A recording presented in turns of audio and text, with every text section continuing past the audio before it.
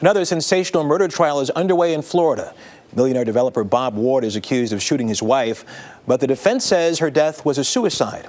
Tony Pipitone of our Orlando station WKMG has more. Ward could not bear to look at the crime scene photo, his wife of over 20 years lying dead on their bedroom floor. But the six-member jury did, as they decide if the millionaire developer is guilty of second-degree murder, or whether, as Ward claims, the gun accidentally fired during a struggle as he tried to prevent her committing suicide. Minutes after Diane Ward died in September 2009, her husband called 911. I just shot my wife. You just shot your wife? I shot my wife, yes. The culmination, the state claims, of an argument that moved from the patio of their Isleworth mansion to one of their 7 bedrooms. Jurors also saw the .357 Magnum that fired one shot nearly straight on at Diane Ward's face. A state firearms expert claims the gunpowder pattern on Diane Ward's eye and face indicates the muzzle was about 18 inches away when fired. Too far, prosecutors say, for it to be a suicide. But a defense expert estimates a 12-inch distance, close enough to fit the defense theory.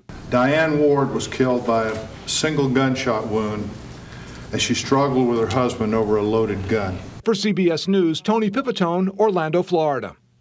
And joining us now is criminologist and legal analyst Casey Jordan. Casey, good morning. Good morning, Russ. We heard in the 911 tape that Bob Ward says several times, I shot my wife. Yeah. If you're the defense, what do? Well, and not only did he say I shot my wife 3 times during that 911 phone call, but his story continued to change during the interview with the police. So those inconsistent statements are the toughest challenge for defense.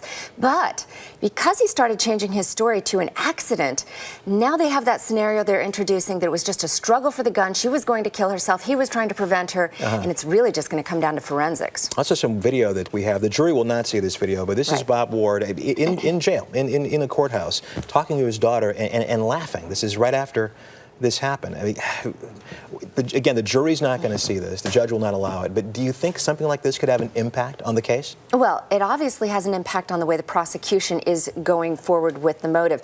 And it's highly bizarre. The behavior, this is Diane's sister and her daughter joking around with him. They're doing a kind of mock striptease.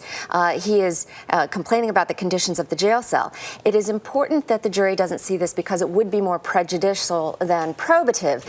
And yet, it probably shaped the way that the prosecution decided to go forward with the case because his behavior is truly inconsistent with the story he gave. Yeah, are you surprised the judge is keeping this out?